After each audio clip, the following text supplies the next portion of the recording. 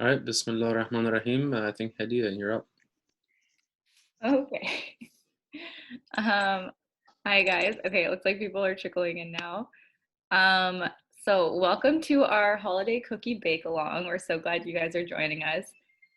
We're gonna start off with getting our cookie dough together. Ziyoda's gonna lead that, and then we're gonna start trivia, and we're gonna end up taking a break in the middle of trivia because the cookies are gonna be done by then. And we'll go get them out of the oven and then finish the trivia and then do the reveal. If you're new to our group, MohebbanYouth is part of mohebban-e-fatemeh. Mohebban-e-fatemeh is like the younger kids organization, and MohebbanYouth is for ages 18 to 34-ish. We're based out of the Islamic Education Center in Potomac, and this group was established in 1996 as a youth group built on the values of the Ahlul Bayt. We aim to build a diverse, inclusive community for Muslim youth through the spirit of education, brother and sisterhood, and self-development. This is the third generation of our youth group, and we hold regular programming. Well, this year we've been holding regular programming, and we're going to continue on to next year. We're so happy you're attending. To introduce Ziyoda. Ziyoda is a baker. She's based out of Frederick, Maryland. She makes amazing macarons. Like, they're so cute. Her custom macarons are to die for on Thank you. Instagram. Please follow her. She's Ziyoda's Bakery on Instagram. We're going to tag her in our post on our account. She caters, and she also offers shipping. She makes those like very popular hot cocoa bombs that are all over the internet right now. She ships those, and she also does cake pops and cakesicles and cupcakes and like custom cakes for events and stuff. So without further ado, Ziyoda, please start us off. Okay, hi guys. Thank you guys so much for having me here. So we're gonna make white chocolate walnut cookies, chocolate chip cookies. So we're gonna start off by preheating the oven to 375 degrees Fahrenheit. So, oh, 1 second. And then we're gonna take 1 cup of softened butter, and we're gonna put that into our bowl. And for this recipe, you guys will need a hand mixer like so.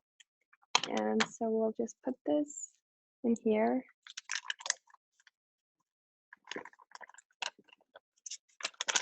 Why don't we give everyone, if you haven't preheated your oven, running to that and grab your stand mixer if you didn't have it available already. We'll give you guys like 2 minutes to do that.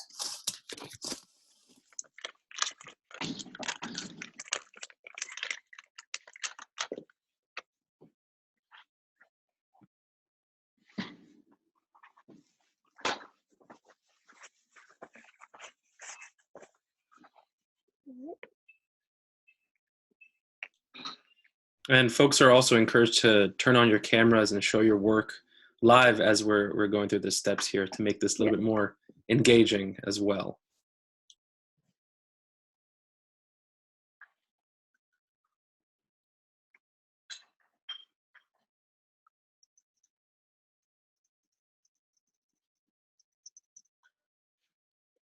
If you procrastinated on putting your butter out to soften like I did, just throw it in the microwave for like 20 seconds. Yes. Right. I think you can go on to the next step. Okay, so once we have our butter in here, we're gonna add our brown sugar and white sugar. We have 1/2 cup of white sugar and 3/4 cup of brown sugar. Make sure it's packed. So when you put it in your measuring cup, make sure to pack it and then put it in your bowl. So I have both of the sugars here, as you guys can see. And we're just gonna put that in there. And then we're gonna start mixing this on, we're gonna start mixing this on medium speed for about like 67 minutes until it's very smooth. And then we can proceed to adding the egg. So should I mute this section? Because it'll be really loud. Yeah, go ahead.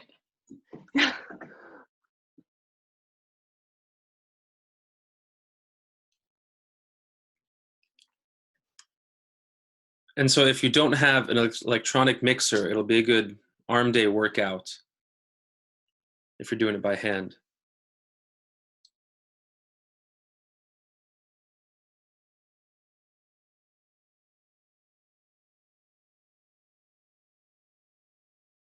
Excuse me?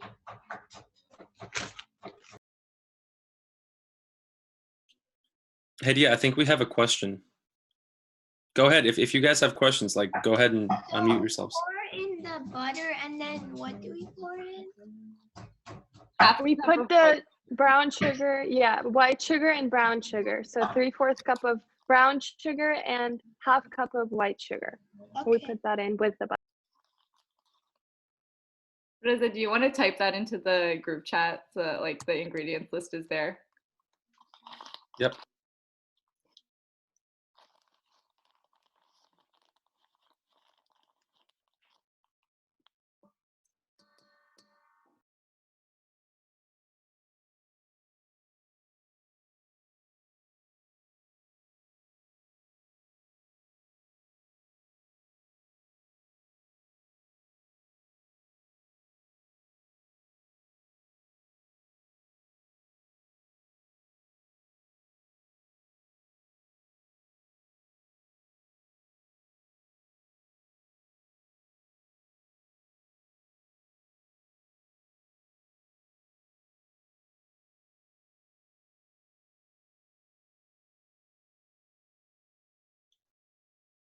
So how many minutes should they be mixing for?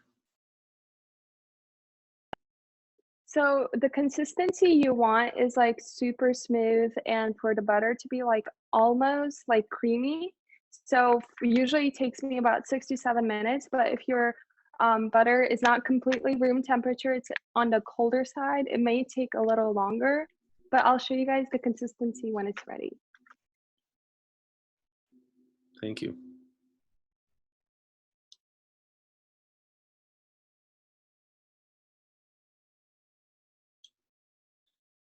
Hediya, can you show us what it looks like in the camera as well?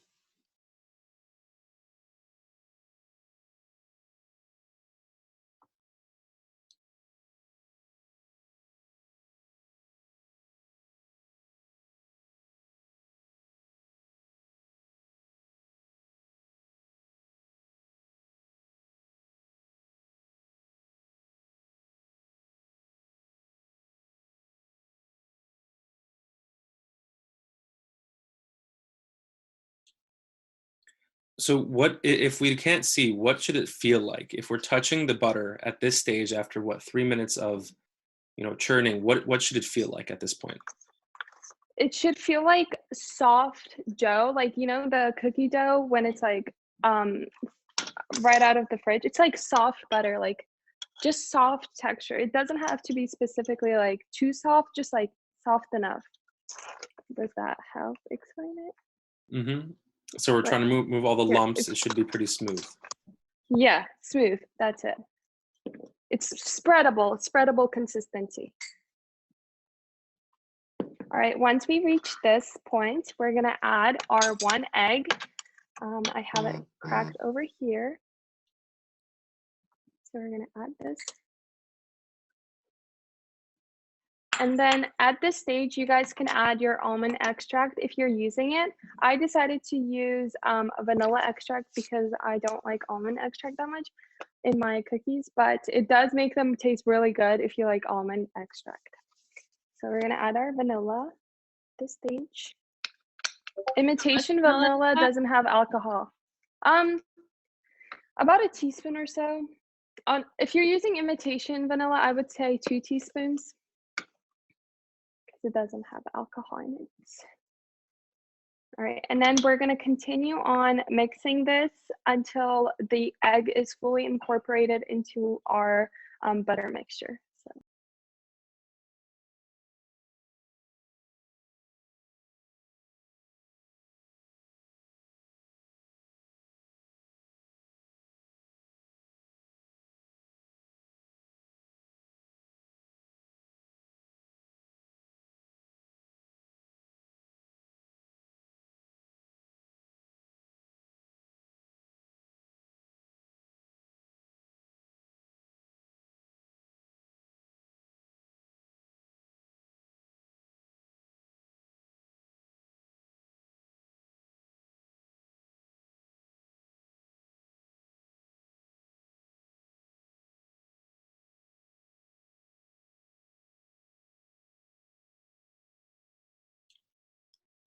Ehsan, good job. Looks like you're working very hard.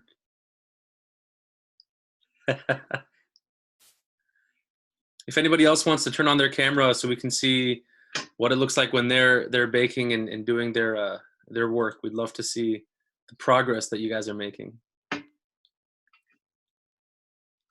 I know we see Cheyenne with the bird. Cheyenne, that's cheating. You can't take Hedia's mixture and putting it as your own.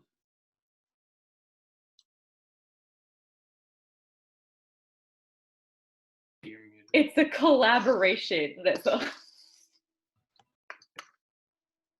Okay, it's like supposed to be smoother now than the first consistency. Okay, once we have that, we're gonna actually start with the dry ingredients, but oh, you guys can see. But before we do that, we're gonna add our baking soda, and baking soda usually has this like bitter taste to it, which personally I don't like. So I like to dilute it basically with vinegar. This is like an optional ingredient. You guys don't have to use it. This basically gets rid of that baking soda taste, but baking soda will still activate in our ingredient list. So it's 1 teaspoon of baking soda to about a tablespoon of vinegar if you are using vinegar, just white regular vinegar that looks like so. Yes. And when you guys put the vinegar into the baking soda, it should foam up. That means it's reacting like that. And then we're gonna just put that straight in. It's optional. Yeah, vinegar is optional. Okay, so it's 1 teaspoon Totally optional of baking soda. And then here is also where we put our salt, about ½ teaspoon of salt. And then we're going to add our cocoa butter in here. Cocoa powder, not butter. This is fourth cup of unsweetened cocoa powder. And we're gonna put that over here.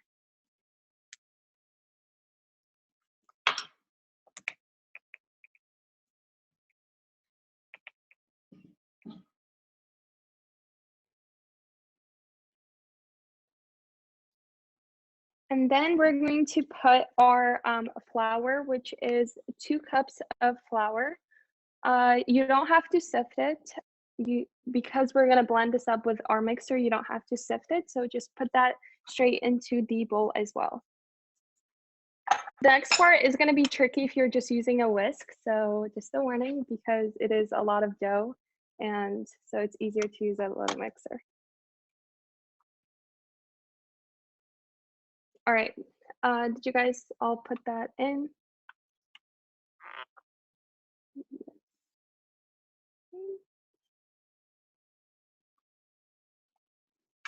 Okay, I'm gonna start mixing this on the lowest speed you guys have on your mixer, which is for me 1, but we're just gonna mix this until it's just incorporated, and then I will come back. So.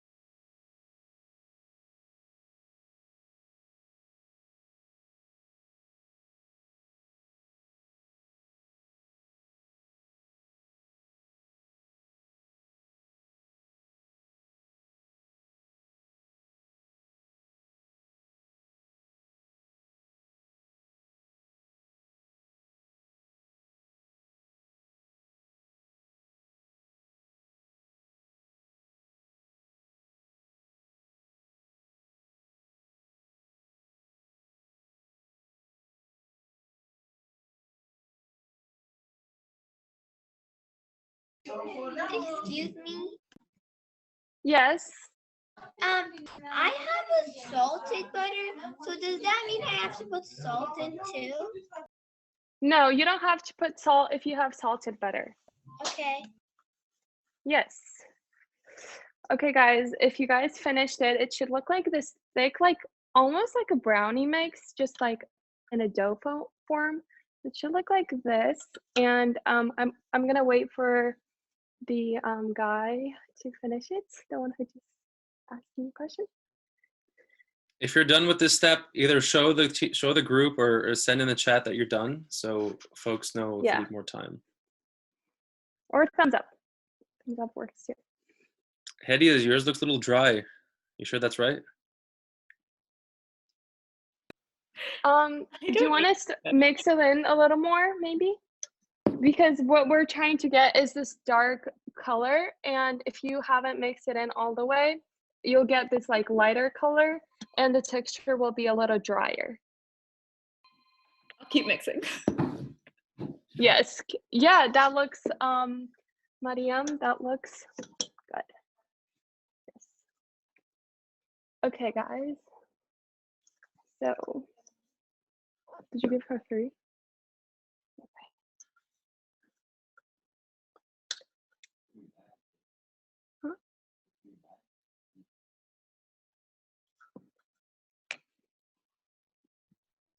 I don't think mine is gonna get darker than this. Okay, then it's it doesn't feel like a dough when you touch it. Does it feel like a dough? It's like, yeah. Guys, I washed my hands, by the way. Yeah, then it's good. All right. Next we're gonna add our walnut and chopped walnut and our white chocolate chips. I like to just use a Ziploc bag and just use a rolling pin to just chop it off because it's too much work with a knife. Walnut chopped, yes. And then we're just gonna put our 1 cup of chopped walnuts and 1 cup of white chocolate chips. Wait, dump it? Yeah. Yes, dump it. And then we're gonna use our lowest speed once again, and we're gonna mix it in for like until it's well incorporated and it's evenly distributed. So I'm gonna mute it.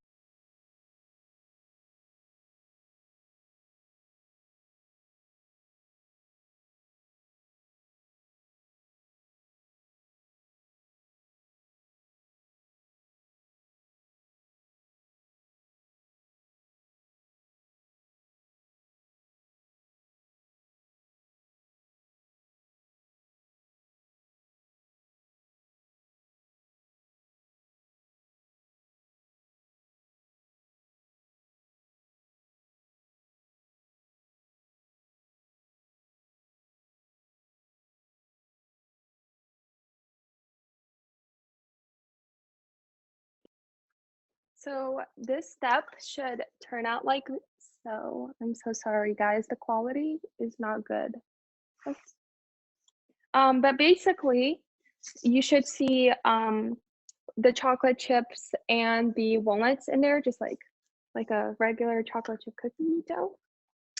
So once you have this, we can scoop out your. Is everyone finished? Thumbs up. Yes. Okay. Okay. We're gonna use. Yes. Can you remind folks who may have joined a little bit late what degree they should preheat their oven for? Yes, 375 degrees Fahrenheit. Hi, we have a question. We didn't add the cocoa powder and the dough is practically ready. Is it too late to add the cocoa powder now? Actually, no, because it's still like going to be incorporated. You just have to give it a little more mix. So I would say like on a medium speed, maybe just mix it up at first slowly and then increase it so it mixes it up quickly. Okay, thank you. So we can still add it then? Yes. Thanks. Yeah. Thanks. Of course. Also, guys, make sure to have your baking sheet with parchment paper ready. Just a regular, good old parchment paper. You can also use Teflon paper if you have that. Ziyoda, how many cookies is this gonna make? So depending on how big you want it, I usually just get about 10 of these like huge ones, like huge. But if you were making them like 1 second. This kind of scoop, it would be a little like normal size cookie. I would say about like 20. Depending, it all depends on whatever scoop you have. You don't even have to use an ice cream scoop like this. You can just take it out with your hands, you know, ball it and then put it there.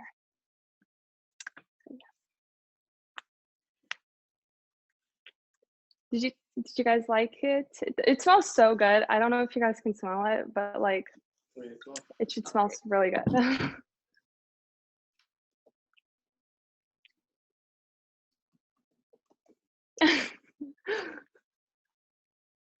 Okay.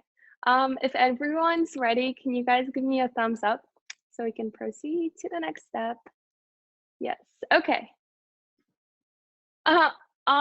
Technically, if you use like fresh eggs, you could. Salmonella, what is it called? Salmonella could happen, so I would say be careful. But I have definitely eaten a lot before.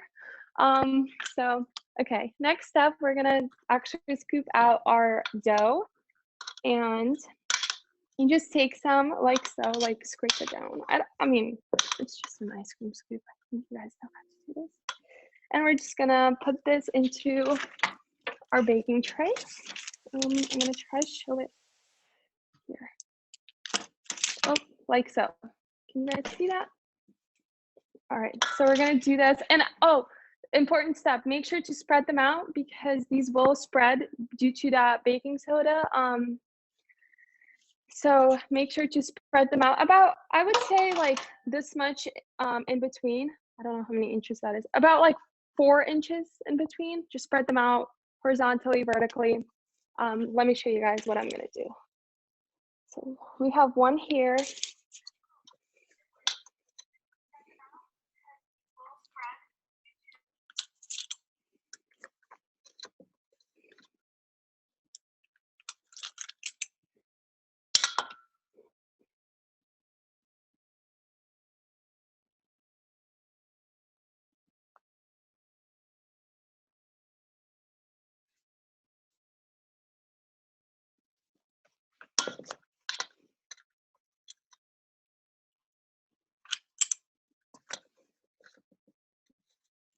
Do we need to flatten them or?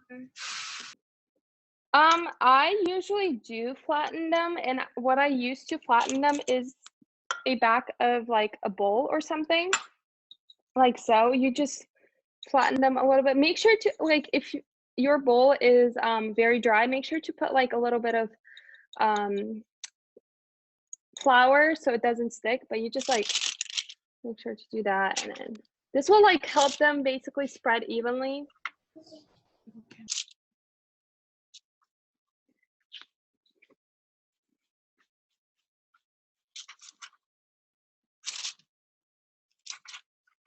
This is a great New Year's treat because of the colors. It gives you like nice little New Year's themed colors.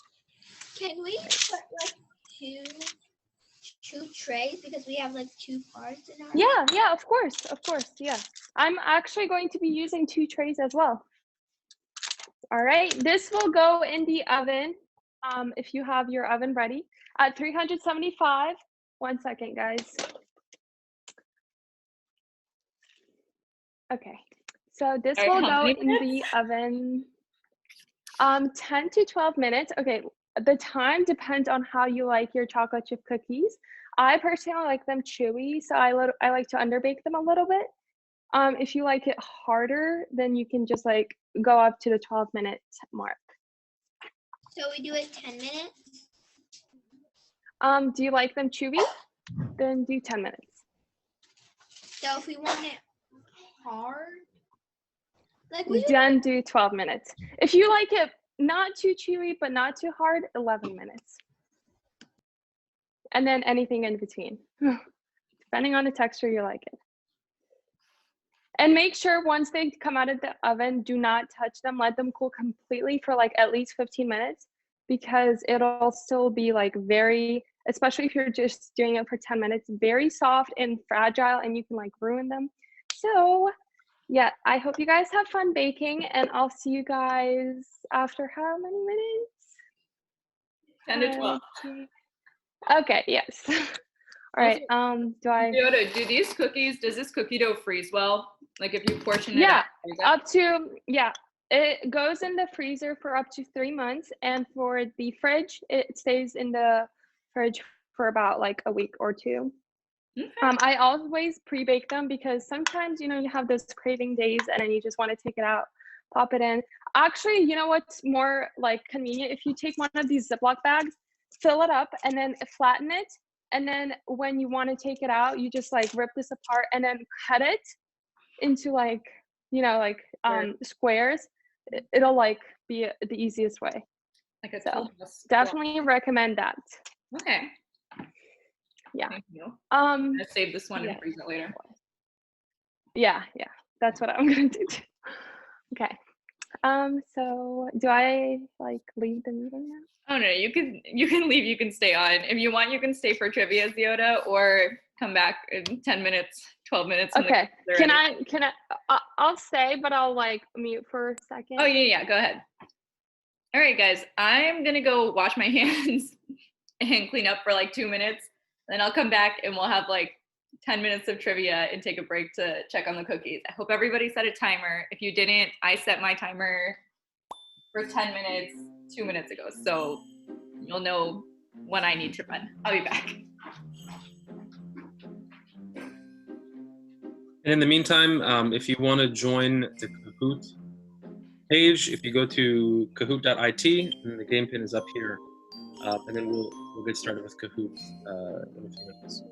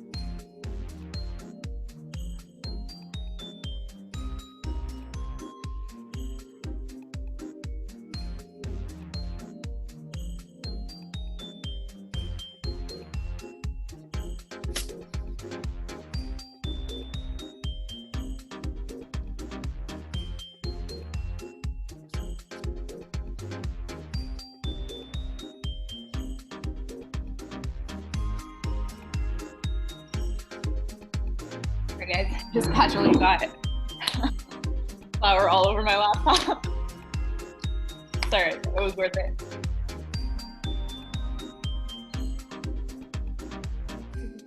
Who is me?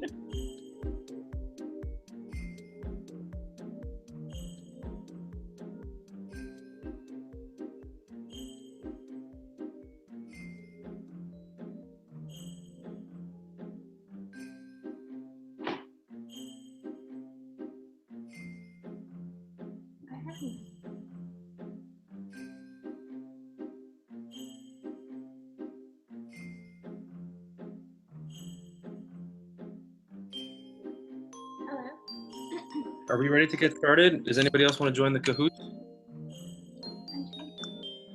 Do we want to give it one more minute? All right.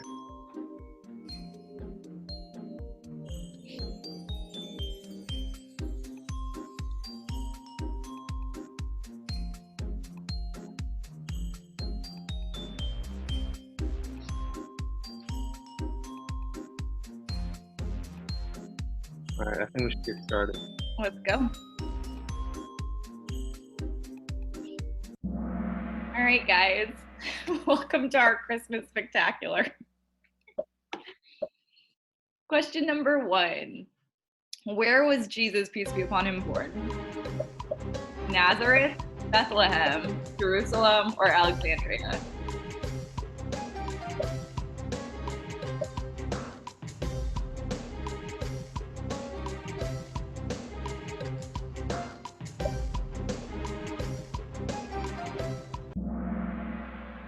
Bethlehem.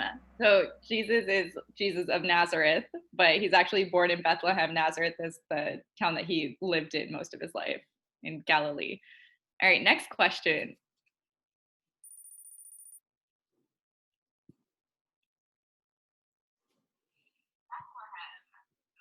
All right, double points. Yule or Yuletide was originally celebrated as the birth of what figure?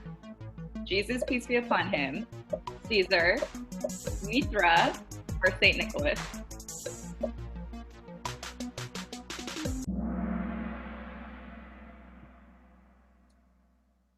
It is Mithra. Okay, so 4 of you got that right. That's impressive. So Yule is thought to originate in Shaba Yado, which was an ancient Persian religion, which is a holiday in ancient Persian religion called Mithraism, and it was celebrated as the birth of the sun goddess Mitra.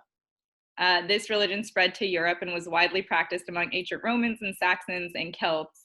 And when those regions were converted to Christianity, the church was Christianizing multiple Yuletide traditions. All of the December traditions were being Christianized because the pagans weren't going to stop celebrating their holidays.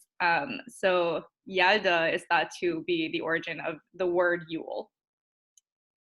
Moving on.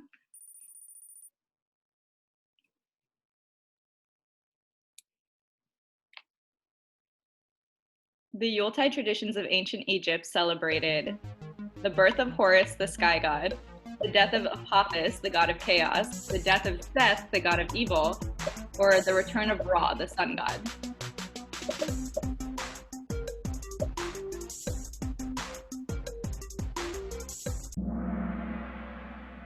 It is the return of Ra, the sun god. That is impressive. I'm impressed with all of you. I feel like people have read Percy Jackson here. Next question.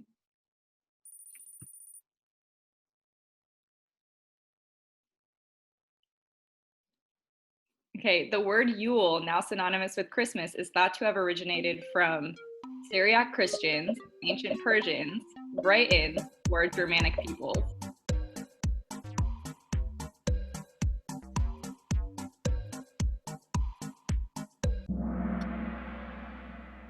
So I think I may have misled some of you in mentioning Shaba Yalda before in ancient Persian.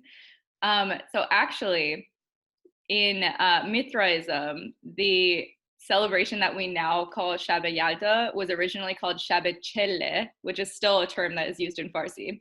The word Yalda entered Farsi by way of Syriac Christians who celebrated Christmas as Yalda, and then it just became mixed in with the word. And that was before Mithraism spread to the rest of Europe.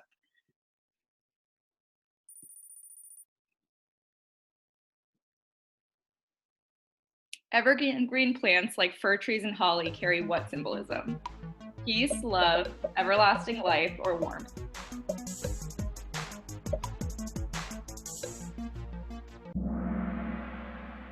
It's everlasting life. This is common to ancient Persian, Scandinavian, Egyptian, and Roman cultures. Next question. All right, which of the following is not one of Santa's reindeer? Donner, Blitzen, Dopey, or Cupid?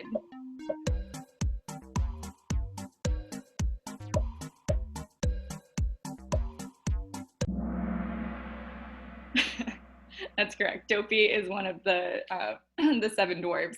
The Santa's reindeer are Rudolph, Dasher, Dancer, Donner, Prancer, Vixen, Blitzen, Comet, Cupid, and sometimes Olive. I had to read those off. I did not have those memorized. Next question. Okay, this one should be easy. Per Christmas lore, how many reindeer does Santa have? 8, 12, 9, or 6?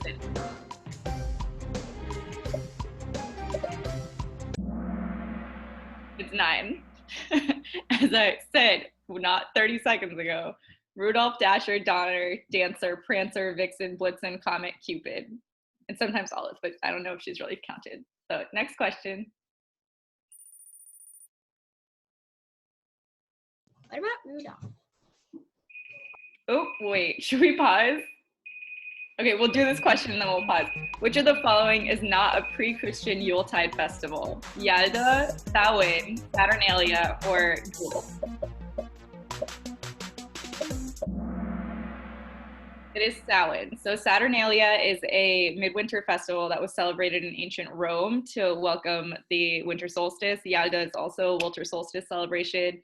Yule is the Scandinavian winter solstice celebration, which is also thought to be etymologically linked with the word Yule that we use today. And it is also where the word Yule log comes from in the original Christmas trees. Samhain is the Halloween celebration in Ireland. It's a Celtic Halloween celebration. Okay, everybody pause for a sec because my cookie's finished.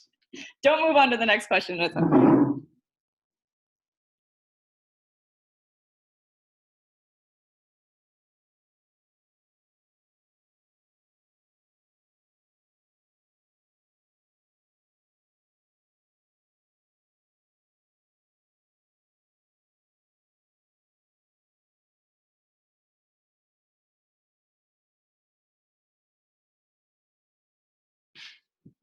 Has everyone grabbed their cookies? Is everyone else's cookies done too? Thumbs up, thumbs down. We did it a little late, so we're still waiting. It's okay, just run and get them when they're done. All right, next question.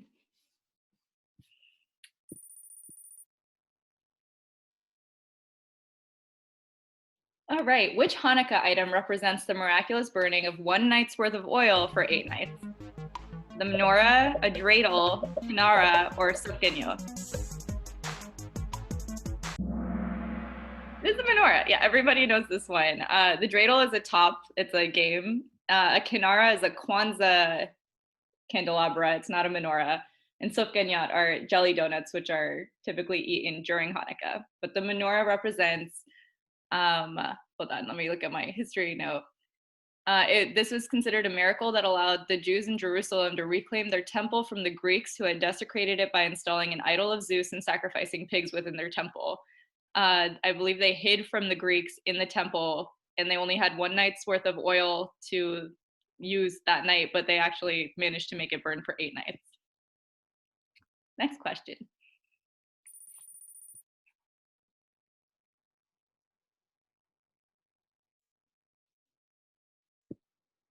Okay, this is 2 answers. Which day is considered Christmas Day?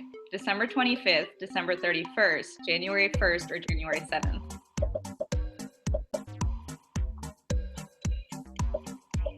Remember, pick 2. You wait.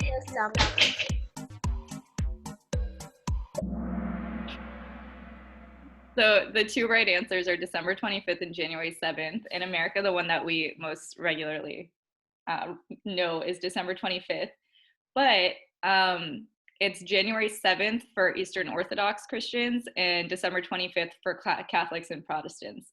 This split occurred in the 17th century when the Catholic Church switched to the Gregorian calendar while the Eastern Orthodox Church retained the Julian calendar. So now there's like I believe it's like a 12-day difference, 12 to 13-day difference in their calendars, and they celebrate Christmas on different days. Next question.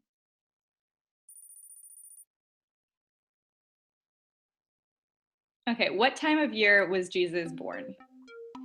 Early winter, early summer, late fall, or spring?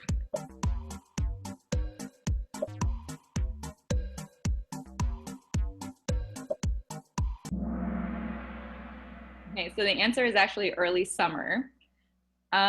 So we've spoken about before that, so Jesus was probably born sometime in June, according to Islamic sources, though the actual season isn't mentioned in the Quran, and it's not mentioned in the New Testament either of the Bible. Among most Christian scholars, it's like well known that Jesus was not born in December or in the winter overall, but the reason that Christmas is celebrated in the winter is because the church was incorporating Christian holidays into pagan holidays into Christianity. And they were like, it doesn't really matter what the actual date is. The importance is that you're celebrating the birth of Christ 1 day of the year. Next question.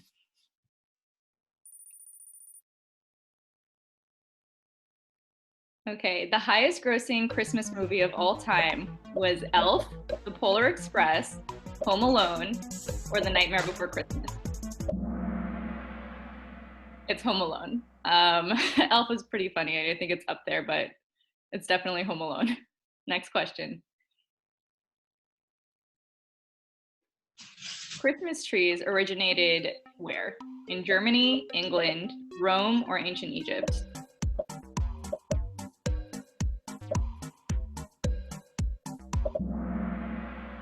So the answer is Germany, even though it's thought that actually it might have originated in Scandinavia, but it's traditionally thought to have originated in Germany. Next question.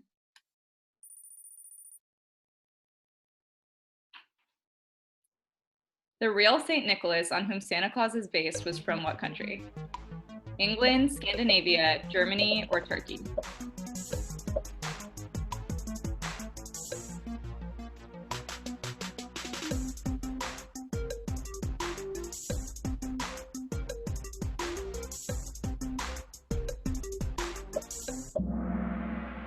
Right, the true St. Nicholas is actually from Turkey, not Scandinavia. Even though he's said to live at the North Pole, I see why a lot of you would think that he's from Scandinavia, but he's actually, the original figure is Turkish. Next question.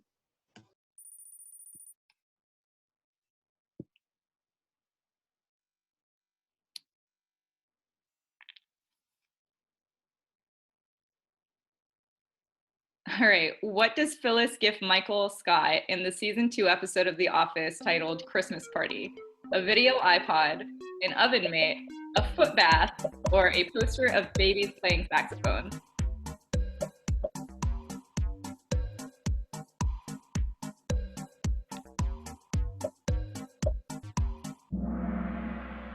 The answer is an oven mitt. I appreciate almost everyone getting this one right. You only love me a homemade's oven mitt worth. All right, next question.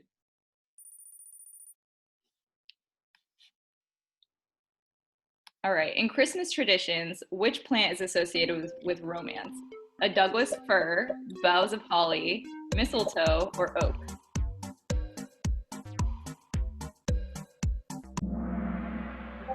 The answer is mistletoe. We've all heard of kissing under the mistletoe. Ancient Greeks and Romans used mistletoe in marriage ceremonies to symbolize fertility. In ancient Rome, enemies at war would reconcile under mistletoe, which represented peace. And the Druids of Ireland also highly regarded the plant as a symbol of fertility and also for its healing properties. Next question.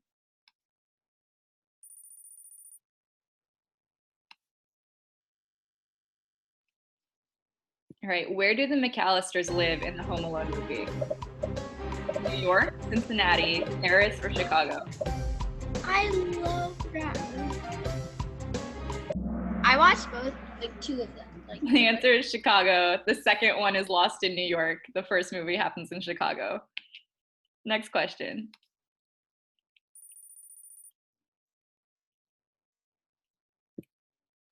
Okay, per Germanic folklore, what horned figure exists solely to punish naughty children at Christmas time? Krampus, Belsnickel, Sinterklaas, or the Grinch?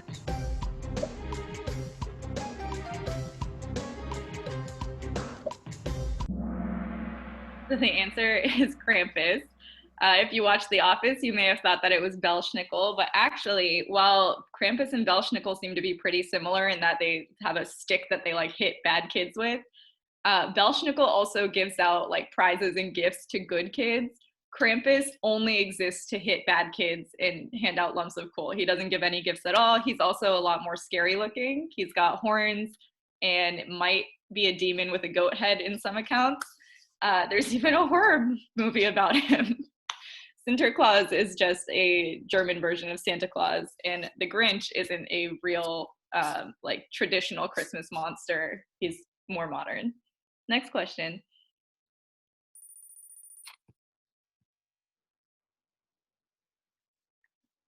All right. In A Christmas Carol by Charles Dickens, how many ghosts visit Ebenezer Scrooge? 1, 3, 4, or 6? Take your best guess if you don't remember the Christmas Carol. I don't.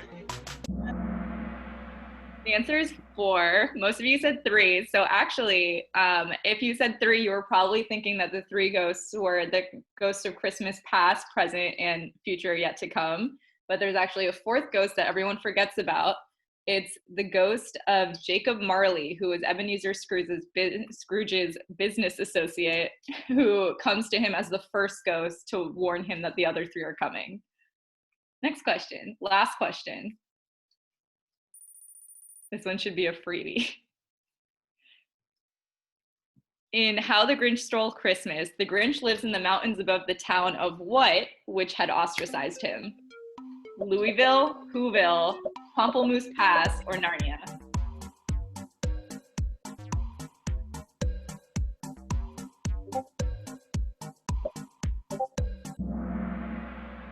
It's Whoville.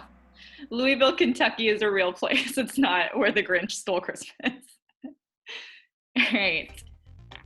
Well, guys, let's see who won. Tweety Bird. I don't know who that is. Raise your hand. And that's Tuta. Don't know her either.